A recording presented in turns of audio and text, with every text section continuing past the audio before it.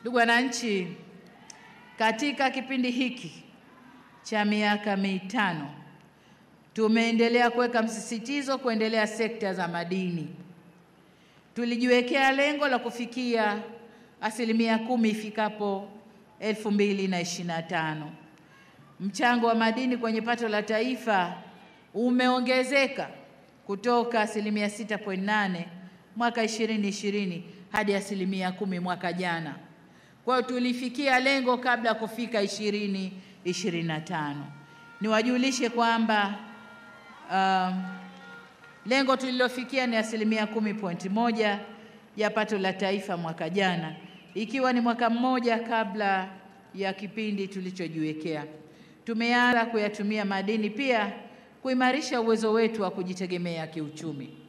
Tumeanza kuweka akiba yetu ya dhahabu ndani ya Benki Kuu, na akiba ile imekuwa ikikua mwezi hadi mwezi, na ndio maana shilingi yetu nayo inakuwa madhubuti kwenye uchumi wa dunia.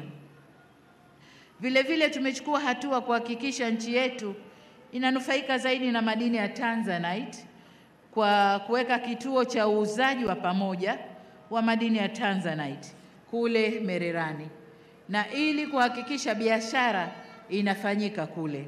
Halikadhalika tumeanzisha minada ya vito ambapo mnada wa kwanza ulifanyika Mererani na mnada wa pili ulifanyika hapa Arusha, na minada yote imekwenda vyema na kuitangaza nchi yetu kwenye biashara ya vito.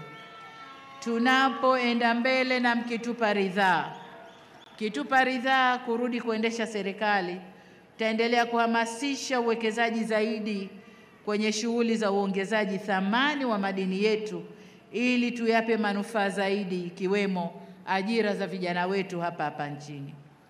Aidha,